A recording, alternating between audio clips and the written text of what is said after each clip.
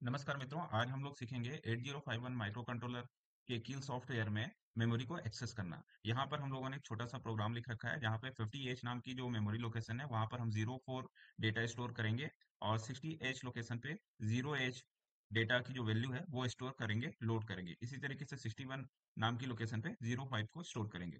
तो चलिए देखते हैं कि किस तरीके से हम मेमोरी को इसमें एक्सेस कर सकते हैं।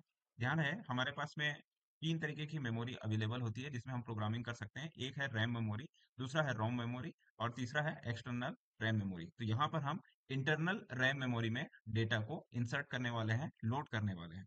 तो सबसे पहले इसको हम ट्रांसलेट और बिल्ड कर लेते हैं। ट्रांसलेशन में कोई एरर नहीं आया है। वापस से इसको हम बिल्ड करके देखते हैं।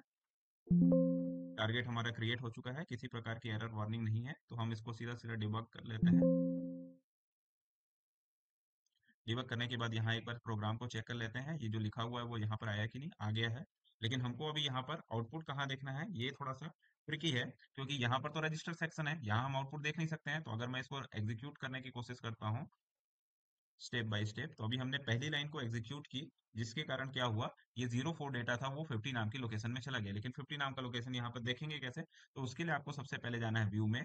व्यू में जाने के बाद में मेमोरी विंडो, मेमोरी में आप by default memory one select कीजिएगा। चार बैंक होते हैं, बैंक को सेलेक्ट करने का भी यहाँ पर कोड नहीं लिखा है। बाय डिफॉल्ट वो पहली वाली मेमोरी को एक्सेस कर लेगा। तो मेमोरी वन को हमने लिख दिया, लेकिन यहाँ पर भी अब हम कैसे डेटा को देख पाएंगे, ये हमें देखना है। तो अगर हम डायरेक्टली लिख देते हैं 30H, ये 30 नाम की जो लोकेशन है, या सॉरी 50 है यहाँ पर, 50 नाम की लोकेशन पे अभी डाटा हमारा 04 होना चाहिए। पर यहाँ पर जैसे ही मैंने 50 लिखा है, कुछ अलग ही यहाँ पर खुला हुआ है, तो ये डाटा वहां पर आपको दिखेगा नहीं। तो क्या लिख सकते हैं यहाँ पर? अगर मैंने इसको लिखा 0x50 और फिर एंटर किया, तो देखिए 50 नाम का लोकेशन तो आ गया, बराबर आ गया। मतलब 0x50 आपको करना था, लोकेशन आ गया, पर वहां पर ये डेटा नहीं है। क्यों नहीं है? क्योंकि हमने यहाँ पर इंटरनल रैम के लिए प्रोग्राम किया हुआ है। तो इसलिए आपको यहाँ पर पहले इंटरनल रैम के लिए इंडिकेशन लिखना होगा, आई देन कॉलन, उसके बाद में 0x50। तब जा करके आप अपने लोकेशन पे पहुंच पाएंगे। तो देखिए अभी मैंने जैसे ही लिखा आई 0 एक्स यहाँ पर क्रॉस के लिए यूज किया गया है, क्योंकि हम लोग मेमोरी को हमेशा क्रॉस के साथ में ही दिखाते हैं, 0x50, 0x60 ऐसे। तो यहाँ पर 0x50 लिखा, देखिए यहाँ पर 04 डेटा आ चुका है।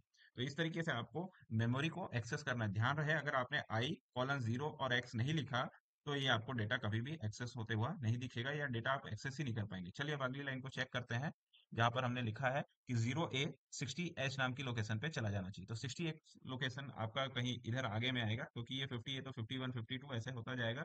16 डिजिट कंप्लीट होने के बाद में 5 की जगह पे 6 आ जाएंगे। तो देखते हैं, हमने यहाँ पर वापस से F11 प्रेस कर दिया है, और जैसे ही हमने प्रेस किया, ये देखिए ये आपका 60 नाम का लोकेशन है। 50 50 ऐसे कि ये कंप्लीट हो जाएगा, 51 52, तो फिर ये 0 जो कि 60H नाम की लोकेशन पर दिख रहा है।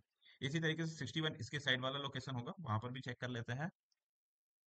ये देखिए 05 उसके साइड वाली लोकेशन में भी आ गया है। इसको आप डायरेक्टली यहाँ पर भी 60 लिख करके डेटा को एक्सेस कर सकते हैं। ये हमने 60 लिख दिया। अब देखिए ये 60 लोकेशन ही आ गया, यहाँ पर 0x60 ए और 5 आपको यहाँ पर देखने को मिल रहा है। तो इस तरीके से हमको मेमोरी को एक्सेस करना है। इस प्रोग्राम में खास बात ये थी कि हम इस मेमोरी को कैसे देख पाएंगे, कैसे यूज कर पाएंगे, ये हमें सीखना था। तो ध्यान रखिए, इंटरनल रैम है इसलिए आई का इस्तेमाल करना है, I:0 cross then memory location. Thank you friends.